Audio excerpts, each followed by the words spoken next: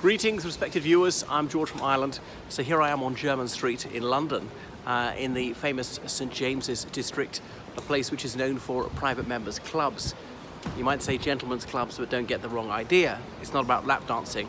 But anyway, the building behind me is the site where Sir Isaac Newton lived in the latter part of his life. So Sir Isaac, he was born in Lincolnshire, about 150 miles north of here, in a small village outside the town of Grantham.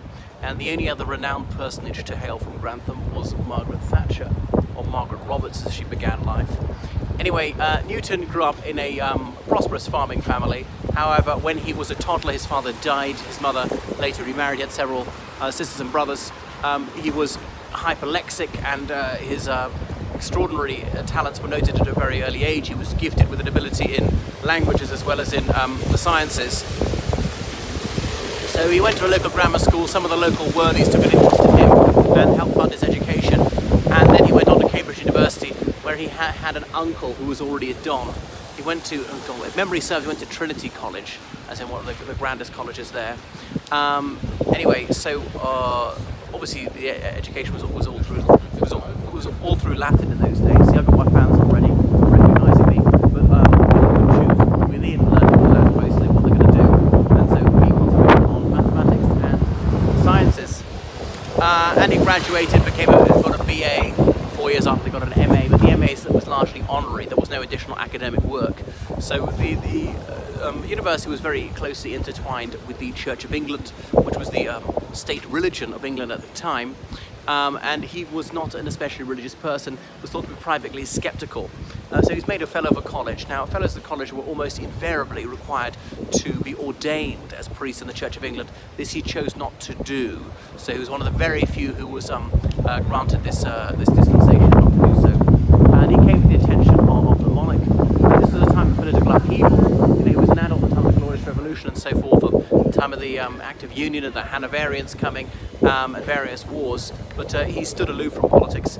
He lived in London for much of his adult life. And he was an astronomer as well.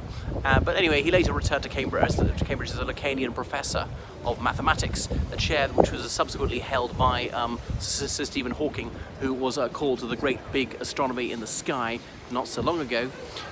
What else about Newton? I mean, he'd begun his experimentation in early childhood, getting some sort of stick and poking it around his eyeball towards the rear of the eye to see what would happen. So curiosity killed the cat. I'm glad he didn't poke it quite too far, or there would have been disastrous consequences. We wouldn't really have known what was going to happen. So he published various books, including his Principii Mathematicae, probably got that wrong, as in Principles of Mathematics, which he wrote entirely in Latin, because obviously that was the language of academic discourse at the time throughout the Western world. So whether you're from America or from Finland or from Croatia or Brazil, anywhere in the sort of the Western world, academics would know this language, could read, and could lecture. It's only in the 18th century the French started publishing some of their scholarly books in French, and the British started publishing them in English, and the Germans started publishing in German, and the whole system gradually fell apart. So what else about Newton? Well, that's him, a very important person with his laws of physics. They are the old apple falling on his head story. Apparently that one was. There's apocryphal at best. And various principles he came up with, that what goes up must come down, and every action has an equal and opposite reaction. Realizing about gravity is explained. You know, you push a cart along a road and eventually stops. Why? People say, well, it just stops to run out of pep.